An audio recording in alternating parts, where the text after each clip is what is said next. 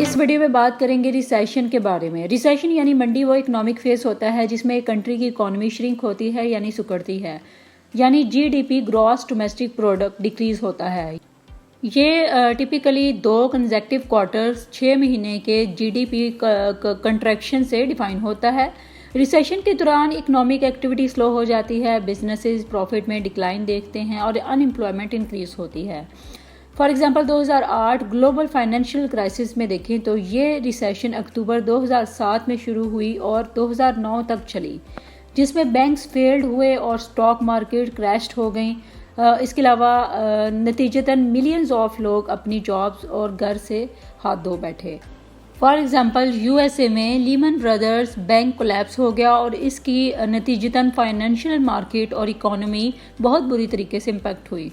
इसी तरह कोविड-19 रिसेशन, जब कोरोना वायरस आया था 2020 में, कोविड-19 पैंडेमिक के वजह से ग्लोबल इकोनॉमी सीवियर रिसेशन में चली गई, जिसकी वजह से लोगों को बहुत ही मुश्किल का सामना करना पड़ा। लॉकडाउन और ट्रैवल रिस्ट्रिक्शन ने बिजनेसेस को बंद होने और लोगों को जॉब लॉसेस का सामना करना पड़ा। फॉर एग्जांपल इंडिया में जीडीपी 2020 के सेकंड क्वार्टर में -23.9% श्रिंक हो गया due to nationwide lockdown. Next बात करते हैं यूजेस की। तो economic analysis, policy making, business strategy और इसके अलावा मैनी मोर बहुत सी फील्ड्स में इसका यूज़ है। इकोनॉमिक एनालिसिस में देखें तो इकोनॉमिस्ट रिसेशन को स्टडी करते हैं ताकि इकोनॉमिक साइकिल्स को समझ सकें और फ्यूचर रिसेशन को प्रेडिक्ट कर सकें।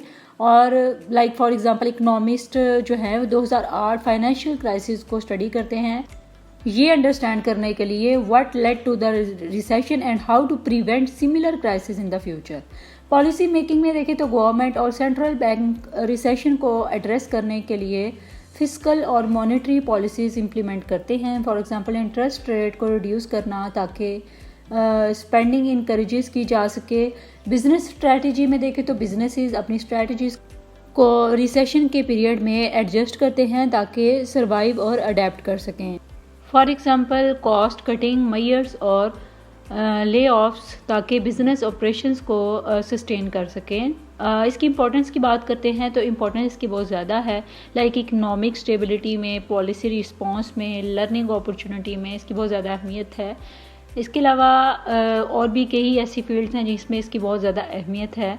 इकोनॉमिक स्टेबिलिटी में देखें तो रिसेशन इकोनॉमिक इंस्टेबिलिटी को रिप्रेजेंट करती है जो बिजनेसेस और लोगों के लिए चैलेंजिंग होता है। इसी तरह पॉलिसी रिस्पॉन्स में देखें तो रिसेशन गवर्नमेंट को प्रमोट करती है ताकि इकोनॉमिक रिकवरी को फैसिलिटेट करने के लिए इफेक्टिव पॉलिसीज़ इंप्लीमेंट की जा सके।